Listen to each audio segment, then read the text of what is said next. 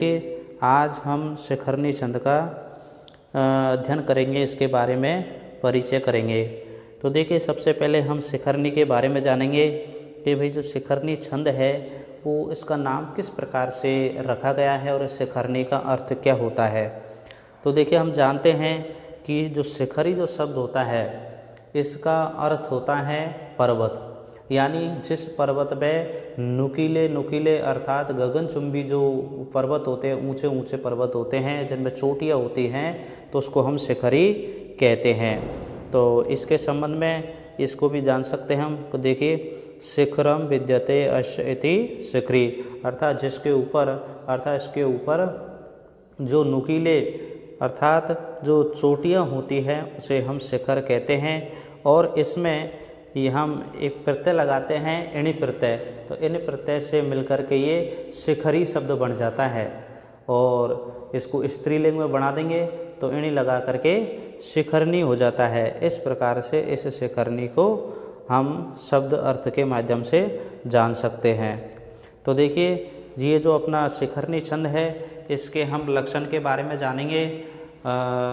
तो इससे पहले एक अर्थ और भी जान लेते कि शिखरनी शब्द का एक जो अर्थ होता है वह किसी नवयुवती जो स्त्री होती है अर्थात नवोढ़ा जो स्त्री होती है उसके लिए भी इसका अर्थ प्रयुक्त किया जाता है, क्योंकि यह जो छंद है इसी प्रकार की गेयता के से युक्त है कि जिसको अति मधुर एवं रस भाव से गाया जाता है।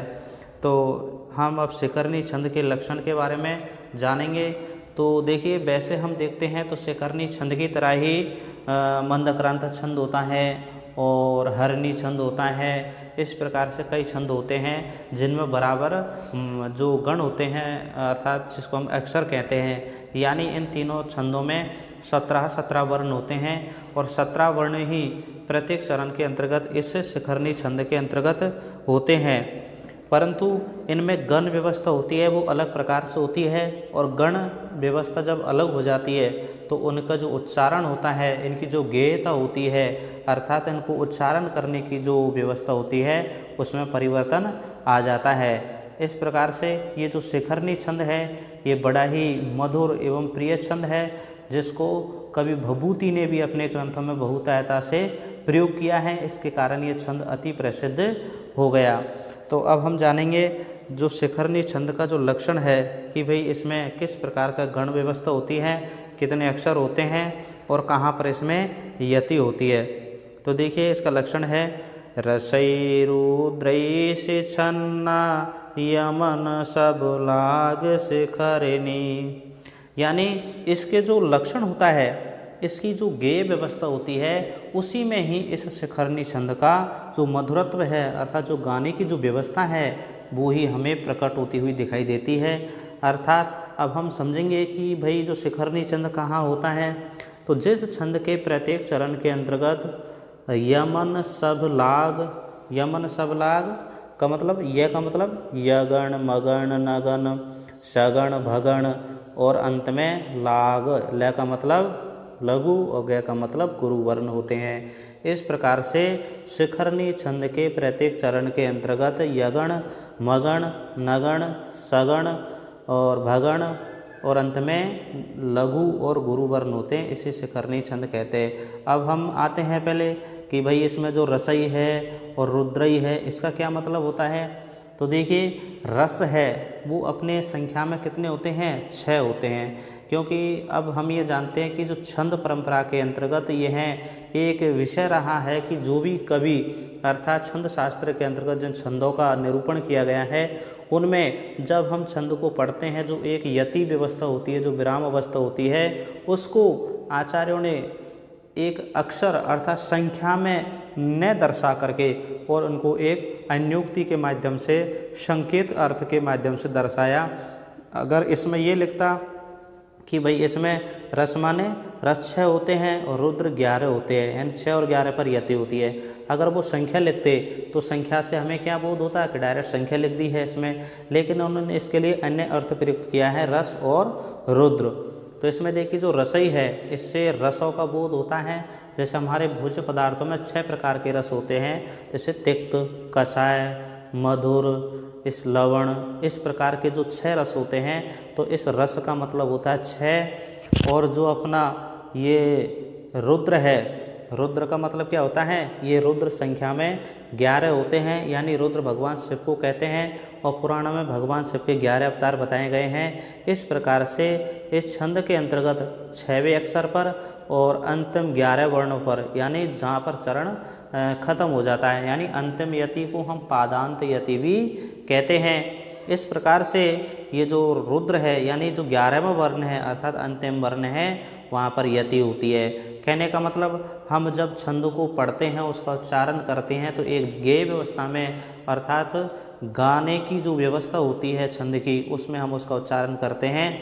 और किसी भी हम पंक्ति का उच्चारण एक सांस में अर्थात लगातार नहीं कर सकते, यानी हमें वहाँ पर रुकना पड़ता है। जैसे यहाँ पर हमने देखा रसई रुद्रैछि चन्ना यमन सबलाग से करनी, तो हमारा जो विराम रुकने का जो स्थान है वो ऑटोमेटिक किया जाता है। जैसे रसई रुद्रैछि चन्ना यमन सबलाग से करनी, यानी हम ये भी एक महत्वपूर्ण रूप से जान लें कि भाई किसी भी छंद का जो लक्षण होता है, उस लक्षण के अंतर्गत ही उसका उदाहरण छिपा हुआ रहता है। जैसे ये हमारा जो लक्षण है, इस लक्षण में हम देखते हैं कितने अक्षर है, तो देखिए रस 2, रू ये 3 और 4 5 6 7 8 9 10 11 12 13 14 15 16 17, यानी इस लक्षण में टोटल कितने हैं, यानी इस लक्षण के अंतर्गत टोटल कितने अक्षर हुए, यानी इसके टोटल लक्षण हुए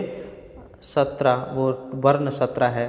तो देखिए रे और श, रू द्र छ ना य म न स भ लाग सी ख र नी।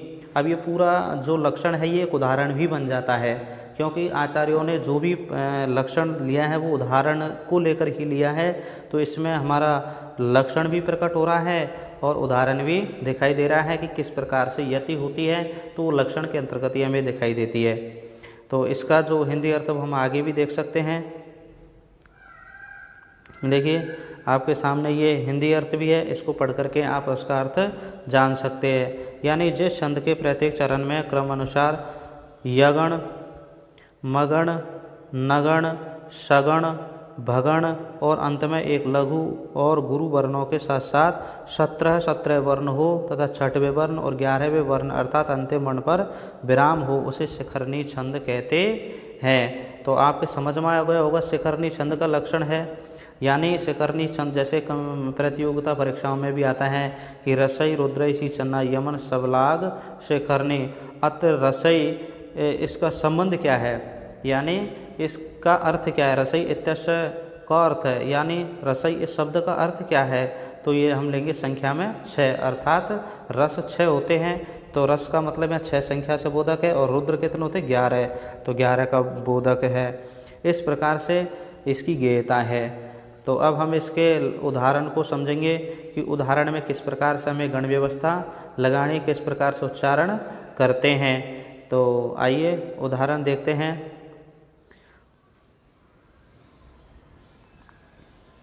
ये इसका बड़ा सुंदर उदाहरण है। ये अभिज्ञान शाकुंतलम में दिया गया है। महाकवि कालिदास के द्वारा रचित जो अभिज्ञान शाकुंतलम नाटक है, तो उसमें जो नायिका है उसकी कौन, शकुंतला। तो उस शकुंतला के सौंदर्य के बारे में महाराज दुष्यंत ये शब्द को अर्थात इस श्लोक को कहते हैं कि जो शकुंतला है वो इस प्रकार की सुंदरता है उनमें, उसके अंतर्गत कि किस प्रकार से उसकी विशेषताएं हैं। तो देखिए इसमें अनाघ्रातं पुष्पं किशलयं यलूनं कररुहै अनाविद्धं रत्नं मधुनभुमना स्वादितरसम् अखण्डं पुण्यानां फलमिव च तद्रूपमयनघं निजाने भोक्तारं कमये समुपस्थास्यति विधि।